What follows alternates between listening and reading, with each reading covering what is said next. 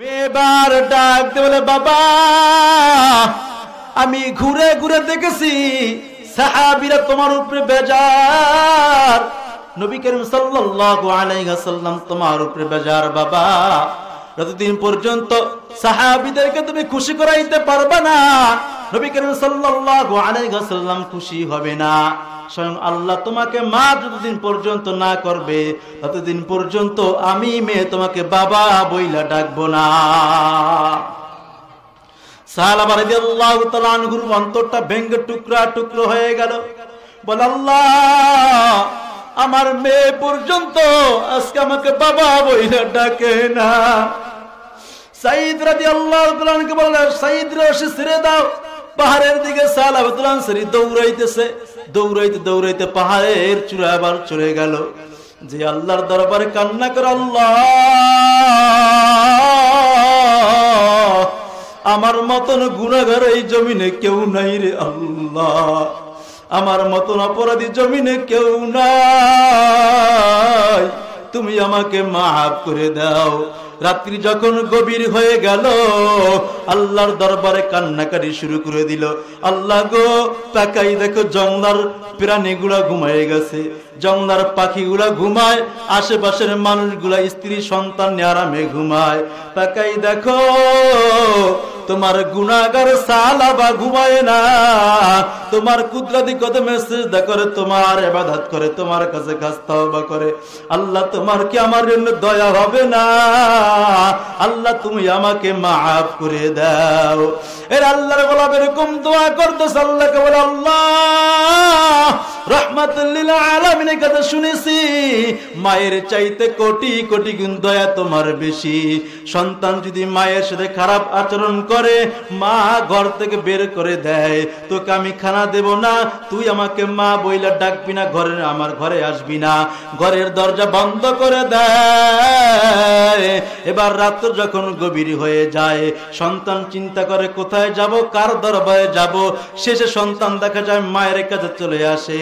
মাকে যখন মা বইলা ডাক দেয়, কোন মা দরজা না খুইলা পারে না।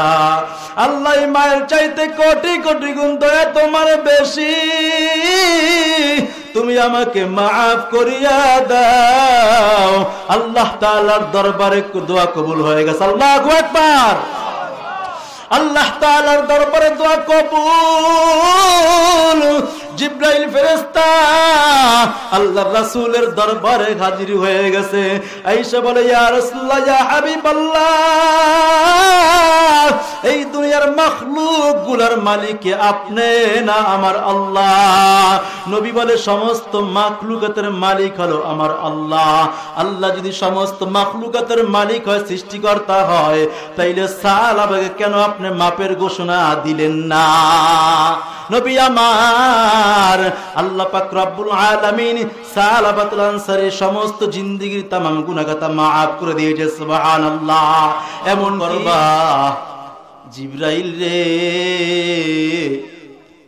আমার কওমরা আজকে আমাকে চিনতে পারে নাই, আজকে আমি কালেমার দাওয়াত দিতে আসছি, তারা আজকে আমাকে আঘাত করেছে। জিবরাইল, এমন একটা দিন আসবে তারা আমাকে চেনে নাই, তাদের পরবর্তী যে প্রজন্ম আসবে তারা আমাকে চিনবে, তারা কালেমা পড়ে এক আল্লাহর ইবাদত করবে। জিবরাইল, আমি এই সমস্ত কোন শাস্তি আমার উম্মতের জন্য চাই না। সুবহানাল্লাহ। এমন এতিম নবী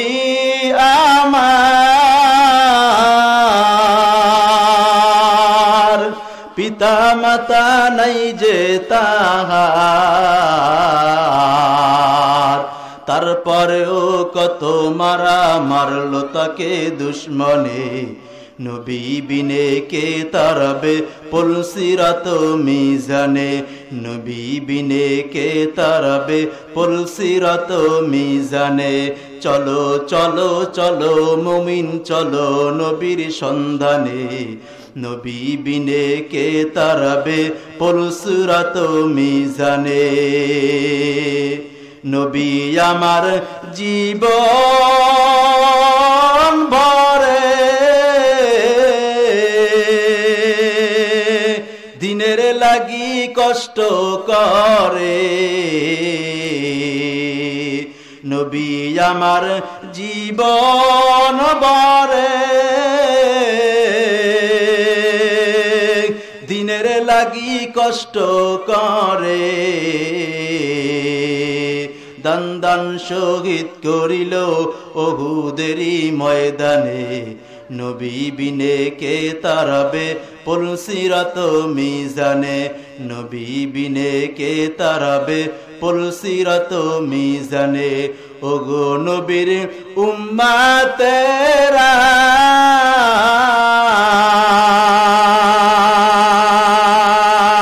হয় আজি দিশেহারা, ওগো নবীর উম্মতেরা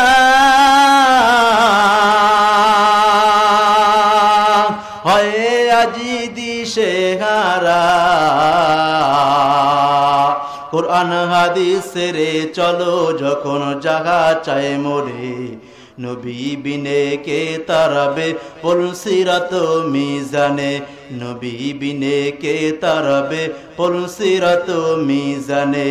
নবীর দয়া নাই কি তোমার,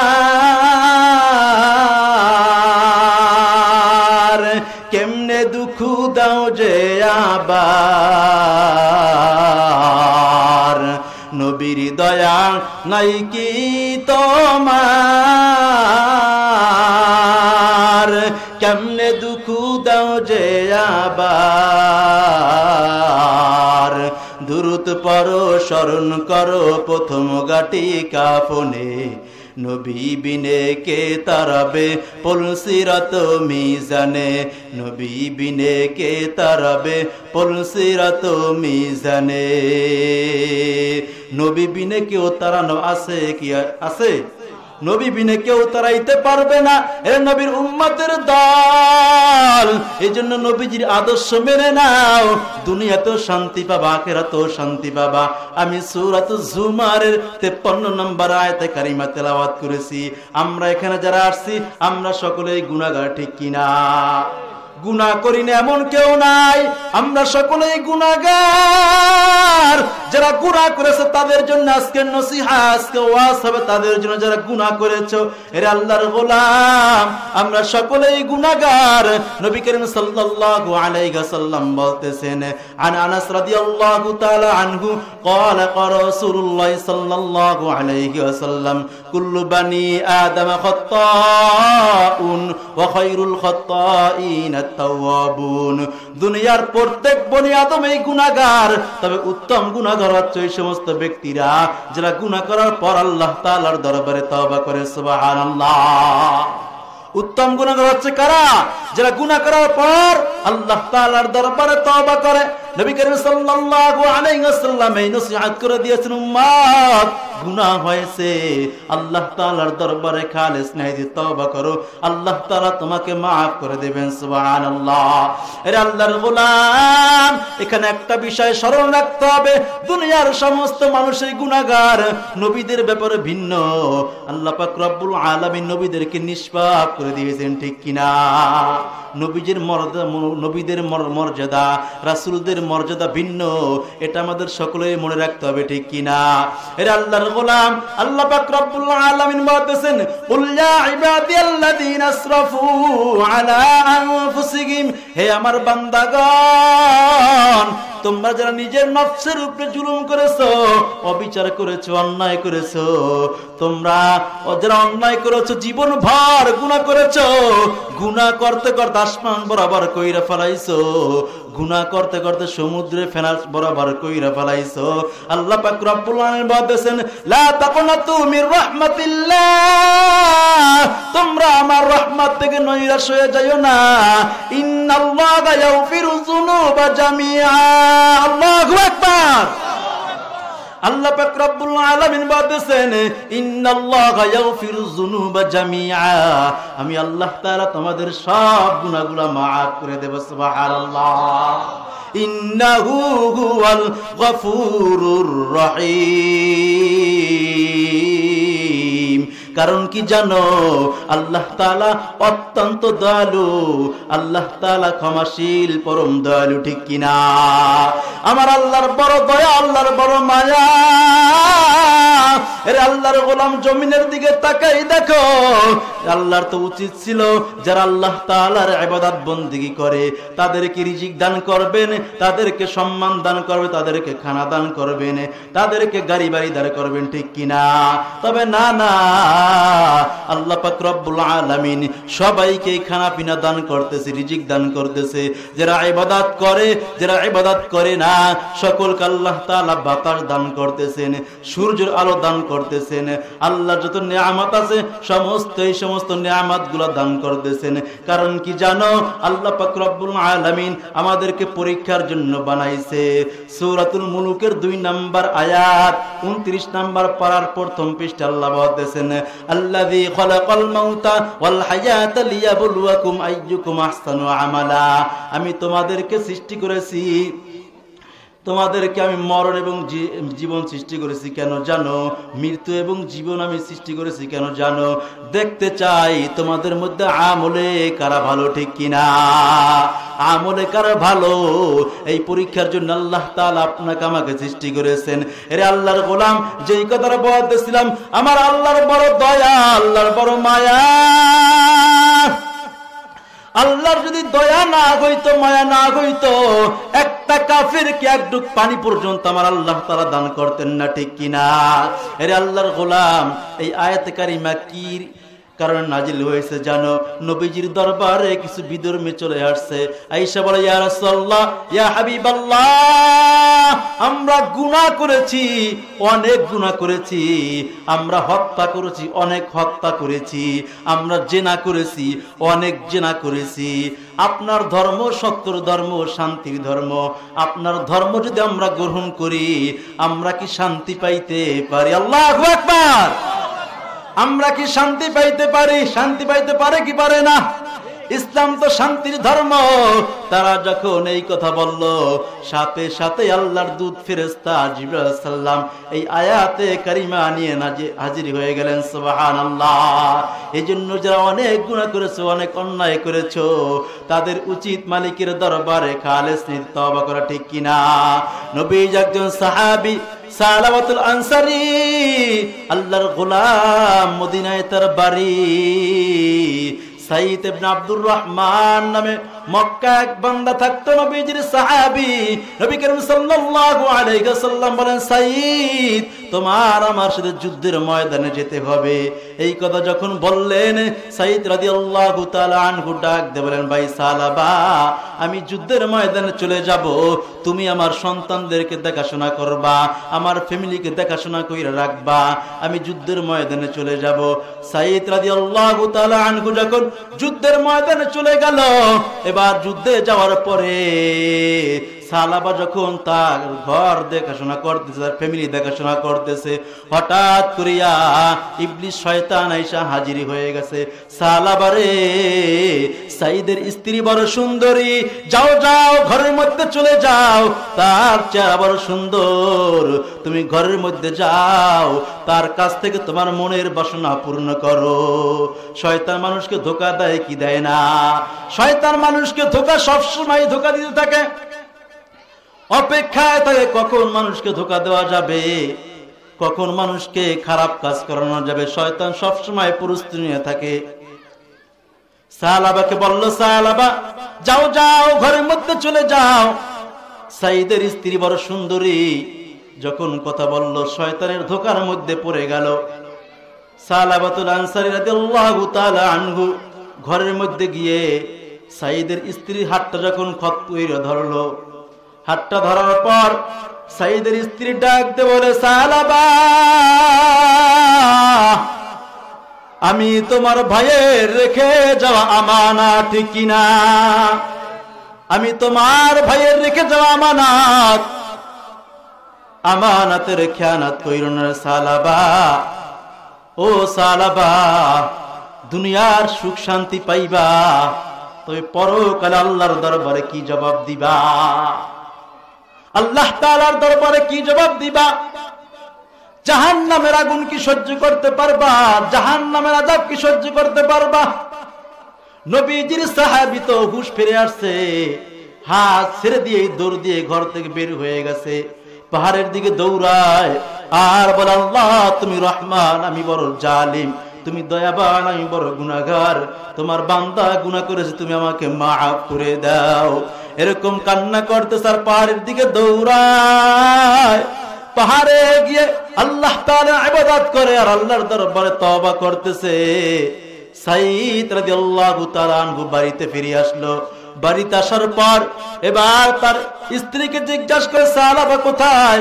তিনি ঘটনা খুলে বললেন, তিনি পাহাড়ে আছে, তাকে পেতে হলে পাহাড়ে যেতে হবে। সাঈদ রাদিয়াল্লাহু তাআলা আনহু পাহাড়ে চলে গেল। পাহাড়ে যাওয়ার পর সালাবাকে ডাক দিল, সালাবা চলো বাড়িতে চলো, আল্লাহর দরবারে খাস তওবা করো, আল্লাহ তাআলা তওবা কবুল করবেন। বলে, না না আমি বাড়িতে যাব না, আমি যে অন্যায় করেছি, আমি যে গুনাহ করেছি, আমার এই চেহারা আর মক্কা মদিনার মানুষকে দেখাবো না, আমি বড় অপরাধী, আমি আর বাড়িতে যাইব না। সাঈদ রাদিয়াল্লাহু তাআলা আনহু অনেক পীড়াপিড়ি করার পর এবার সালাবা ডাক দিয়ে বলে, ভাই সাঈদ রে, আমাকে যদি বাড়িতে নিতে হয় তাইলে অপরাধী গোলামের মতন আমার দুইটা হাত বেঁধে টানতে টানতে আমাকে বাড়িতে নিতে হবে। তাই করা হলো, অপরাধীর মতন দুইটা হাত বেঁধে ফেললো। এবার রশি টানতে টানতে বাড়ির দিকে নিয়ে যাইতেছে। বাড়ির দরজা যখন গেল, বাড়ির দরজা যাওয়ার পর সালাবা ডাক দিয়ে বলে, সাঈদ রে, রশি ছেড়ে দাও, আমি চলে যাব আবু বকর রাদিয়াল্লাহু তাআলা আনহুর দরবারে, তার কাছে জিজ্ঞাসা করব আমি যে গুনাহ করেছি আমার আল্লাহ আমাকে মাফ করবেনি,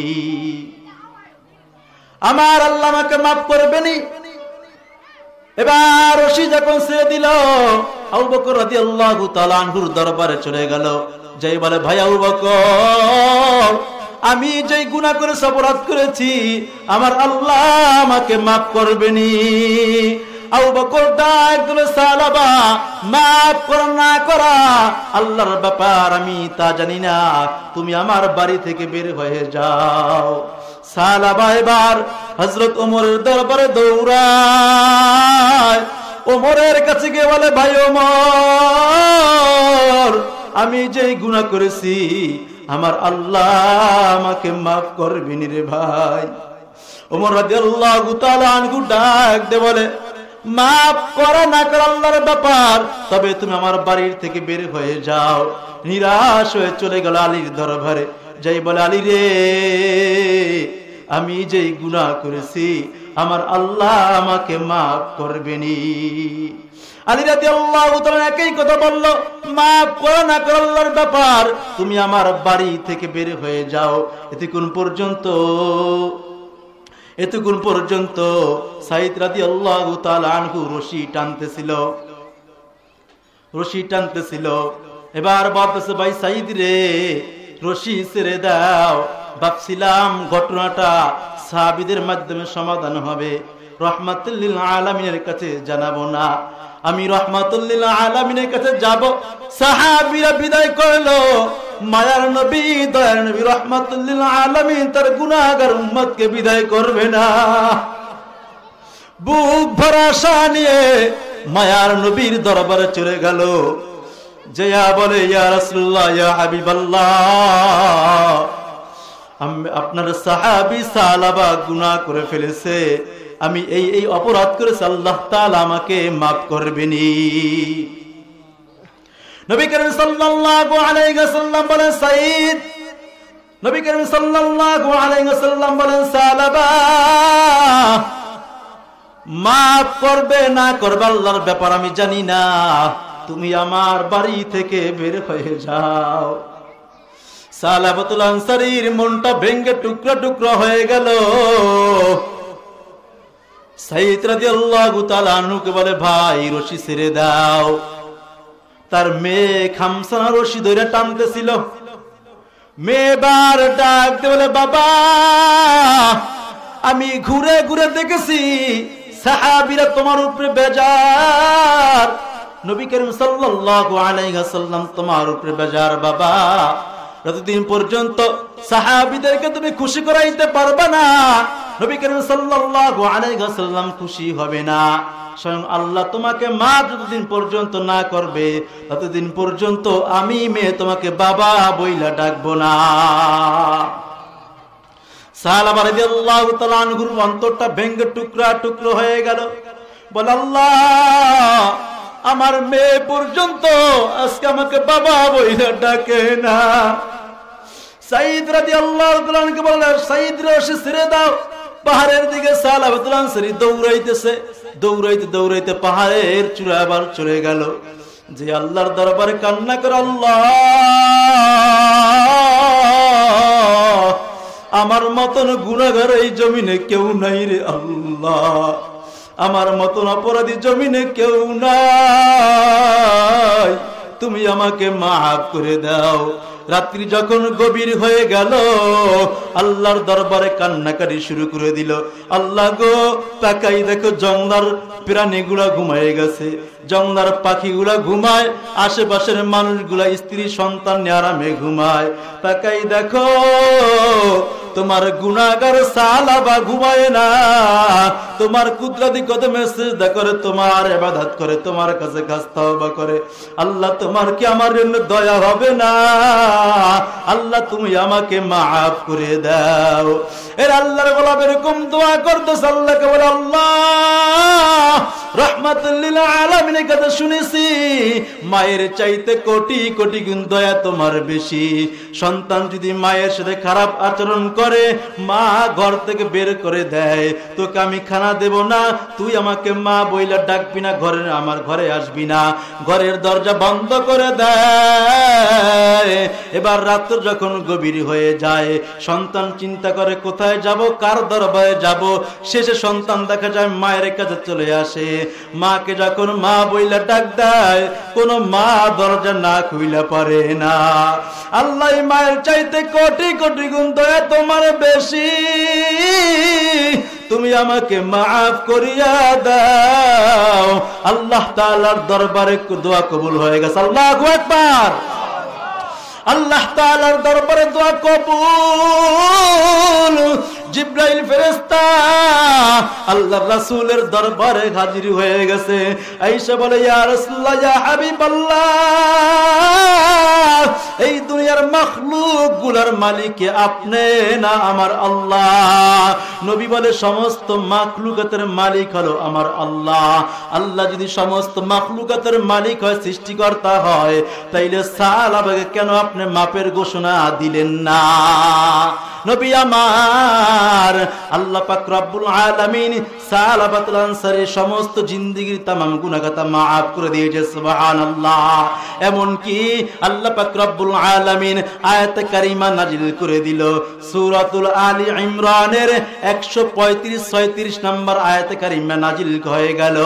4 নম্বর পারার 6 নম্বর পৃষ্ঠা আল্লাহ পাক রব্বুল আলামিন বলেছেন, ওয়াল্লাযীনা ইযা ফাআলু ফাহিশাতান আও যালামু আনফুসাহুম যাকারুল্লাহ ফাস্তাগফিরু লিযুনুবিহিম ওয়া মান ইয়াগফিরু যুনুবা ইল্লাল্লাহ। আল্লাহু আকবার। আয়াতে কারিমা নাজিল হয়ে গেল। যারা পাপ কাজ করেছে, গুনাহ করেছে, নিজের নফসের উপর জুলুম করেছে, অশ্লীল কাজের সাথে যুক্ত হয়ে গেছে, অশ্লীল কাজের উপর যুক্ত হয়ে অনুশোচনা ফিরে আসে, আল্লাহ তাআলাকে স্মরণ করেছে, আমার এই গুনার কাজ করা ঠিক হয় নাই, আল্লাহ আমাকে দেখতেছে, এরকম যারা আল্লাহ তাআলাকে স্মরণ করেছে, আল্লাহ তাআলার দরবারে ক্ষমা চেয়েছে, আল্লাহ পাক রব্বুল আলামিন ওয়া মাইয়াগফিরু যুনুবা ইল্লাল্লাহ, আল্লাহ ছাড়া কেউ গুনাহ ক্ষমা করার মত নাই, ঠিক কিনা? আল্লাহ ছাড়া কেউ গুনাহ ক্ষমা করার মত নাই। সামনে বলতেছেন, যারা এরকম গুনাহ করার পর পিছনে আর গুনাহ করবে না, এই গুনাহগুলো তাদের দ্বারা আর হবে না, এই সমস্ত মানুষের জন্য আল্লাহ পাক রব্বুল আলামিন সুসংবাদ দান করেছেন। সুবহানাল্লাহ। উলাইকা জাযাউহুম মাগফিরাতুম মির রাব্বিহিম। আল্লাহ পাক রব্বুল আলামিন বলেছেন যারা এরকম ফিরে আসে তাদেরকে আল্লাহ পাক রব্বুল আলামিন ক্ষমার ঘোষণা দান করেছেন, সুবহানাল্লাহ। মাগফিরাতের ঘোষণা দান করেছেন, সুবহানাল্লাহ। ওয়া জান্নাতুন তাজরি মিন তাহতিহাল আনহারু খালিদিনা ফিহা। আল্লাহ পাক রব্বুল আলামিন ওই সমস্ত মানুষদেরকে দান করবেন জান্নাত, সুবহানাল্লাহ, যার তলদেশে থাকবে এরকম ঝর্ণা থাকবে, নগর থাকবে, প্রবাহিত নগর থাকবে, সুবহানাল্লাহ, যেখানে তারা চিরস্থায়ী থাকবে, সুবহানাল্লাহ। ওয়া নি'মা আজরুল আমিলিন, যারা নেক আমল করবে, ভালো কাজ করবে, আল্লাহ পাক রব্বুল আলামিন তাদেরকে এরকম উত্তম প্রতিদান দিয়ে থাকেন, ঠিক কিনা? এর আল্লাহর গোলাম, এই জন্য সমাজের মধ্যে আমরা যারা গুনাহ করেছি, অন্যায় করেছি, অপরাধ করেছি, আমরা সকলেই গুনাহগার, ঠিক কিনা? আগেও বলেছি, নবী করিম সাল্লাল্লাহু আলাইহি ওয়াসাল্লাম বলেছেন দুনিয়ার সমস্ত মানুষই গুনাহগার, আদম সন্তান গুনাহগার। উত্তম গুনাহগার হচ্ছে ওই সমস্ত ব্যক্তিরা যারা গুনাহ করার পর আল্লাহ তাআলার দরবারে তওবা করে, ঠিক কিনা? একটু জিকির করে তাওবা আস্তাগফিরুল্লাহ, আমি তওবা করে থাকি, সুবহানাল্লাহ। নবী করিম সাল্লাল্লাহু আলাইহি ওয়াসাল্লাম যেখানে তওবা করে থাকেন, আমাদের তওবা করার দরকার আছে না নাই? আমাদের তওবা করার দরকার আছে। এর আল্লাহর গোলাম, আল্লাহ পাক রব্বুল আলামিন অন্য এক আয়াত 28 নম্বর পারার 20 নম্বর পৃষ্ঠার মধ্যে সূরাতুত তাহরিমের 8 নম্বর আয়াতের মধ্যে বলতেছেন, ইয়া আইয়ুহাল্লাযীনা আমানু তুবু ইলা তুবু ইলাল্লাহি তাওবাতান নাসুহা। হে ঈমানদারগণ, আমি আল্লাহ তাআলার দরবারে তোমরা তওবা করো, খাস তওবা করো, মুনাফিকি তওবা না, খাস তওবা করতে হবে। কি তওবা? খাস ভাবে তওবা করতে হবে। আমরা অনেকে মনে মনে ভাবি এখন তওবা করে নেই, আবার গুনাহ সামনে চলে আসলে তওবা আবার ভেঙে যাবে, এরকম অনেকে নিয়ত করে, ঠিক কিনা? তাই এরকম তওবা না, মুনাফিকি তওবা না, তওবা করতে হবে খালেস নিয়তে, ঠিক কিনা? না, পাহাড়ে চলে গেল, যাই বলে সালাবা চলো নবীজির দরবারে চলো, আল্লাহ তাআলা তোমাকে মাফ করে দিয়েছে। সালাবাতুল আনসারী বলে আপনাকে দেখি না তো, আপনার কণ্ঠ শুনি না, বুঝতে আপনি আবু বকর, আপনাই আমাকে বিদায় করে দিয়েছেন, আপনার কথা আমি যাব না। ওমর রাদিয়াল্লাহু তাআলা বলতেছেন, সালাবা মনে কষ্ট নিও না, আল্লাহ তাআলা তোমাকে মাফ করে দিয়েছে, তোমার জন্য আল্লাহ তাআলা আয়াত নাজিল করে দিয়েছেন, সুবহানাল্লাহ। এবার তারা সাহাবাকে নবীজির দরবারে হাজির, নবীজির কাছাকাছি যাবে, নবীজির কাছে চলে যাবে। ফজরের নামাজের আজান হয়ে গেছে, নবী করিম সাল্লাল্লাহু আলাইহি ওয়াসাল্লাম ফজরের নামাজের ইমামতি শুরু কইরা দিছে, সালাওয়াতুল আনসারের নামাজে শরীক হয়ে গেছে। নবী করিম সাল্লাল্লাহু আলাইহি ওয়াসাল্লাম সূরাতুত তাকাসুর তেলাওয়াত শুরু করো, আলহাকুমুত তাকাসুর হাত্তা যুরতুমুল মাকাবির। বিকট আওয়াজ শুরু হয়ে গেছে, হাত্তা যুরতুমুল মাকাবির, বিকট আওয়াজ, এমন আওয়াজ কোনদিন কেউ শুনে নাই। নবী করিম সাল্লাল্লাহু আলাইহি ওয়াসাল্লামের নামাজ যখন শেষ হলো, বলে সাহাবীরা এত বিকট আওয়াজ কে করলো? বলে হুজুর আমার আপনার সাহাবী সালাবাতুল আনসারী বিকট শব্দ করেছে, তিনি এরকম জমিনের মধ্যে পড়ে আছে। নবী করিম সাল্লাল্লাহু আলাইহি ওয়াসাল্লাম সালমান ফারসি রাদিয়াল্লাহু তাআলা বলতে, সালমান রে, সালাবার হাতে মুখে এরকম পানি দাও, দেখুনি হুঁশ ফিরে আসে। পানি দিল, তিনি তার এরকম তিনি টেস্ট করে দেখে, সালমান ফারসি ডাক দিয়ে বলে, নবী আমার আপনার সাহাবী আর দুনিয়ায় বেঁচে নাই, আপনার সাহাবী আর দুনিয়ায় বেঁচে নাই, দুনিয়া থেকে বিদায় নিয়ে চলে গেছে। তার মেয়ে খামসানা কান্নায় ভেঙে পড়লো, ডাক দিল, নবী আমার আমি তো পুরো এতিম হয়ে গেলাম। বাবা কলে বলে, বাবা তুমি তো তোমার ওয়াদা পালন করেছো, আমি তো বাবা হারা হয়ে গেছি রে বাবা, আমি এখন কাকে বাবা বইলা ডাকবো? এই বলিয়া তার মেয়ে খামসানা কান্না করতেছে। নবী আমার ডাক দিয়ে বলে, খামসানা তোর বাবা মরছে, কি হয়েছে? আজকে থেকে আমি তোমার বাবা হয়ে গেলেন। সুবহানাল্লাহ। নবী করিম সাল্লাল্লাহু আলাইহি ওয়াসাল্লাম সাহাবাতুল আনসারীর জানাজার নামাজ পড়াইলেন। তিনি এবার কবরের দিকে হাঁটতেছেন। নবী করিম সাল্লাল্লাহু আলাইহি ওয়াসাল্লাম পায়ের উপরে ভর করে করে হাঁটতেছেন, বুড়া আঙ্গুলের উপরে ভর করে করে হাঁটতেছেন। ওমর রাদিয়াল্লাহু তাআলা আনহু ডাক দিয়ে বলে, নবী আমার আপনি এত কষ্ট করে করে কেন হাঁটেন? নবী আমার ডাক দিল, ওমর আমার সাহাবীর তওবা আল্লাহ তাআলার দরবারে এত পছন্দ হয়েছে, এত কবুল হয়ে গিয়েছে, আমার আল্লাহ সালাবাতুল জানাজা এবং তার কবর আশেপাশে এত ফেরেশতা পাঠাইছে, যার কারণে আমি নবী ঠিকভাবে পাওই ফেলতে পারতেছি না। সুবহানাল্লাহ।